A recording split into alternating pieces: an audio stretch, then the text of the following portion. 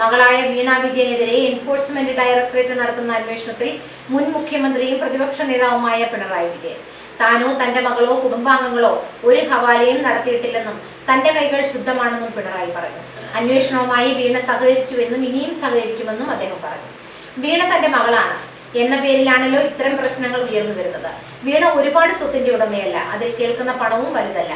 തന്റെ മകളായതിനാൽ വിചിത്രമായ നടപടികൾ കൂടി വരികയാണ്. സാധാരണ ED വാർത്താക്കുറിപ്പ് ഇറക്കാറില്ല, വെബ്സൈറ്റിലാണ് വിവരം നൽകാറ്. ഈ വിഷയത്തിൽ വാർത്താക്കുറിപ്പ് പുറത്തിറക്കി. വാർത്താക്കുറിപ്പിൽ P. വിജയൻ എന്നാണ് പറഞ്ഞിരിക്കുന്നത്, മുൻ മുഖ്യമന്ത്രി എന്നും പറഞ്ഞു. എന്താണ് അങ്ങനെ പറയാൻ കാരണമെന്ന് പിണറായി വിജയൻ ചോദിച്ചു. ഇത്തരം കാര്യങ്ങളിൽ തനിക്കെതിരെ വാർത്ത നൽകുന്ന ചില മാധ്യമങ്ങളുണ്ട്.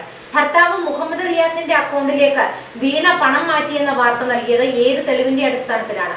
പിണറായി വിജയന് നേരെയായാൽ എന്തും ചെയ്യാമെന്നാണോ കരുതുന്നത്? അന്വേഷണവുമായി വീണ സഹകരിച്ചു. വിവരങ്ങൾ നൽകാൻ ഇനിയും മടിയുണ്ടാകില്ല. താനോ തന്റെ മകളോ കുടുംബാംഗങ്ങളോ ഒരു ഹവാലയും നടത്തിയിട്ടില്ല, അതിൽ പൂർണ്ണ ബോധ്യമുണ്ട്. ഈ കൈകൾ ശുദ്ധമാണ്, ഇനിയും ശുദ്ധമായിരിക്കുമെന്നും പിണറായി വിജയൻ പറഞ്ഞു.